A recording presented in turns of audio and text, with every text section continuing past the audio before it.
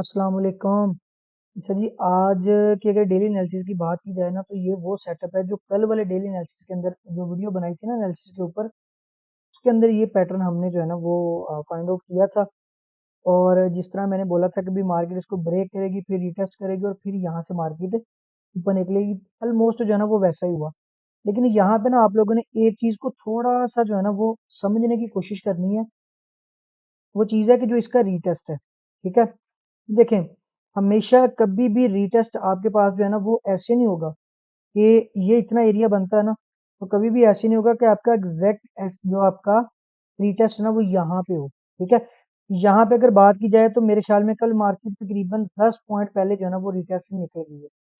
आप लोगों ने ये चीज जो है ना वो इसको एनालाइज करना होता है।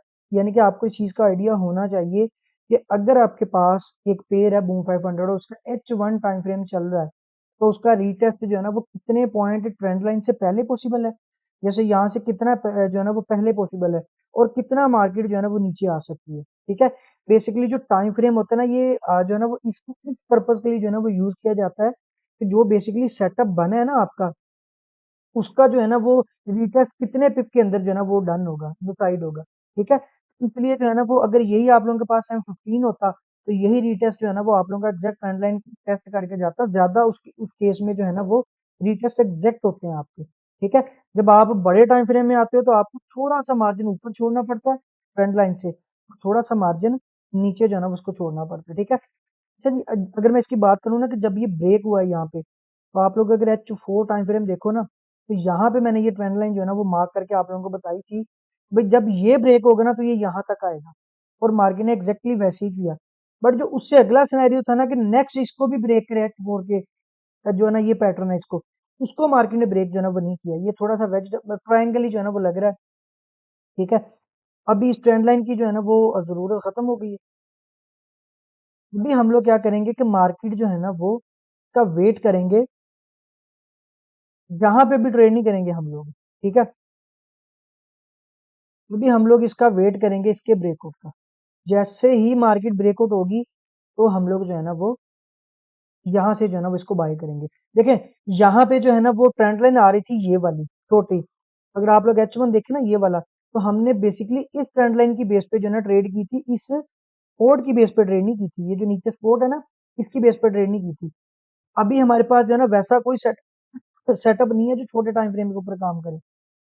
जैसे यहाँ पे अगर आप लोग देखें तो यहाँ पे भी कोई भी सेटअप जो है ना वो छोटे टाइम फ्रेम में नहीं है। इसलिए हम लोग क्या करेंगे, इसी पैटर्न को कंप्लीट होकर रीटेस्ट इसका देखेंगे। जब मार्केट यहाँ पे रीटेस्ट करेगी, फिर मार्केट यहाँ से पंप जो है ना वो करेगी। अच्छा, अब रीटेस्ट कैसे देखना है आपने इसका, अगर आप लोग ये देखें ना, तो जस्ट इन केस मार्केट यहाँ पे रिटेस्ट करती है 93 पे, तो ये पॉइंट आपका बनता है 77। तो जो आपका H4 है ना, इसका आपने एटलीस्ट 15 पिप ऊपर और 15 पिप जो है ना वो नीचे आप लोगों ने इस पे फोकस करना होता है, ठीक है। देखिए, अगर आपकी इक्विटी छोटी है तो फिर आपने क्या करना है, आप ऊपर वाला मार्जिन कम कर सकते हो। जैसे अगर ये एग्जैक्ट पॉइंट है ना 78 रीटेस्ट का, तो आपने 10 पिप ऊपर से स्टार्ट करना है 88 से। लेकिन नीचे जो है ये आपने 15 पिप इसको पूरे देने हैं। 78 है तो 62, ठीक है। क्योंकि मार्केट आप लोगों को पता है H4 की जो विक है ना वो ऑलमोस्ट जो है ना वो 10-15 पिप तक जो है ना वो आराम से चली जाती है, ठीक है। तो मार्केट जब H4 की रीटेस्ट करने आएगी, तो मार्केट जो है ना वो यहाँ पे विक छोड़ सकती है, ठीक है। या फिर इसका दूसरा हल ये होता है कि हम लोग यही वाली ट्रेंड लाइन जो है ना वो ड्रा करें यहाँ पे।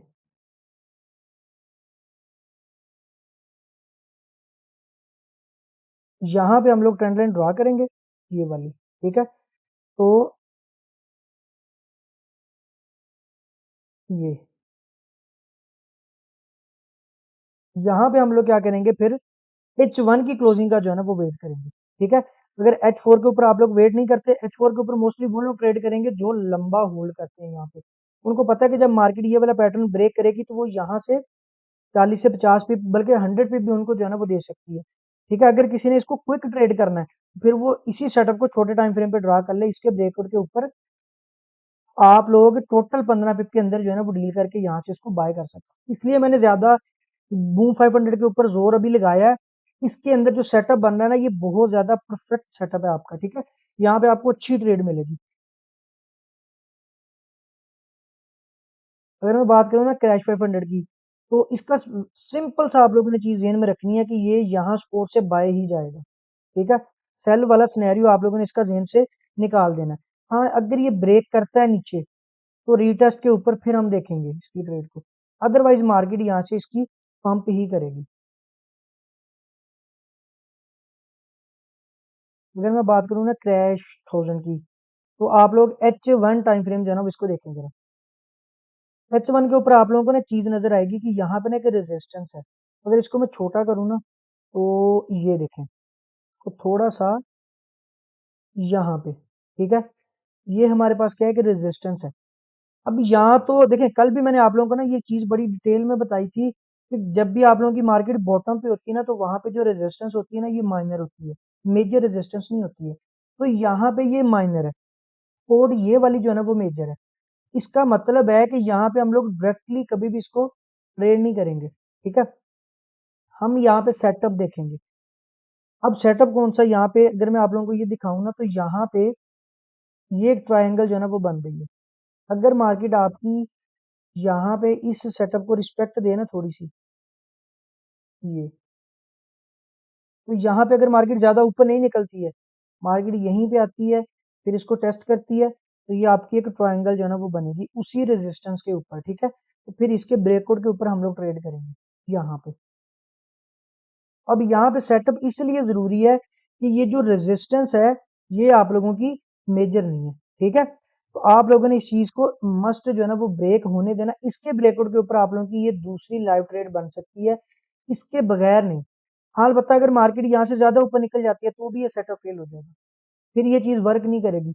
अभी अगर मार्केट आती है, यहाँ पे स्विंग लगा के इसको कंप्लीट करती है, तो यहाँ पे आपकी सेल की अच्छी ट्रेड जो है ना वो बनेगी। चलिए, अगर मैं बात करूँ ना बूम 1000 की, तो कल भी मैंने आप लोगों को इसकी यही रेजिस्टेंस बताई थी, ठीक है। तो भाई ये sport, sorry, resistance become sport, sport जो है ना यहाँ पे हो गया, सॉरी। अब हमने पता क्या करना है, अब हम वेट करेंगे इस सेटअप का, ठीक है। ये सेटअप एग्जैक्टली इसके अंदर ही जो है ना वो बन रहा है।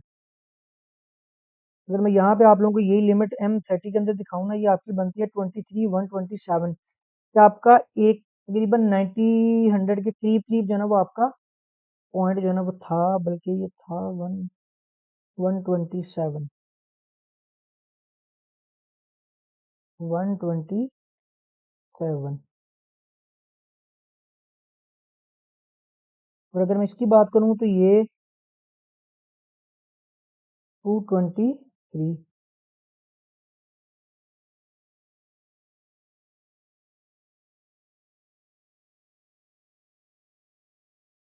हमने क्या करना है, सिंपल, हमने इसके बीच में ना सेटअप का वेट करना है, ठीक है। अच्छा, एक और चीज यहाँ पे ना हो सकती है, वो ये वाली ट्रेंड लाइन है ऐसे, लेकिन आप लोगों को पता है कि ट्रेंड लाइन के लिए एटलीस्ट 2 पॉइंट्स होने चाहिए। तो इसका मतलब है कि अगर मार्केट यहाँ से अभी एक और स्विंग कंप्लीट करती है, तब ये वाली ट्रेंड लाइन यहाँ पे बनेगी। और फिर नेक्स्ट जब मार्केट इस ट्रेंड लाइन पे आएगी ना, तो आपकी ट्रेड जो है ना वो बनेगी। अभी ऐसा कोई सीन यहाँ पे नहीं है, इस वजह से मैंने आप लोगों को ड्रॉ करके बता दिया कि आप लोग अपनी मर्जी से इस तरह की ट्रेंड लाइन कोई नहीं लगाना। यहाँ पे हम लोगों ने सिंपल वेट करना है इस एरिया के अंदर, 224 से लेके 125 इस 100 पिप के अंदर। जैसे ही आपका सेटअप बनेगा, फिर हम इसको जो है ना वो ट्रेड करेंगे, ठीक है। सेटअप आप लोगों के मैंने आप लोगों को पहले भी दिखाए हैं, जैसे ये सेटअप आप लोगों का डाइवर्जेंस बनती है, ठीक है।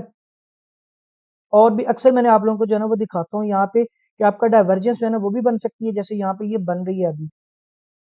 डाइवर्जेंस का सबसे बड़ा मतलब ही ये होता है कि जो बैलेंस, जो वॉल्यूम आपको दिखाया जा रहा है वैसा नहीं है, ठीक है। यानी कि यहाँ पे आपको सेल का वॉल्यूम दिखाया जा रहा है, ऐसा नहीं है, यहाँ पे बायर्स स्ट्रेंथ के अंदर आ रहे हैं, ठीक है। बेसिकली इंडिकेटर ये इंडिकेशन जो है ना वो करता है कैंडल को रीड करके। खैर, कभी इसके ऊपर डिटेल में बात करेंगे।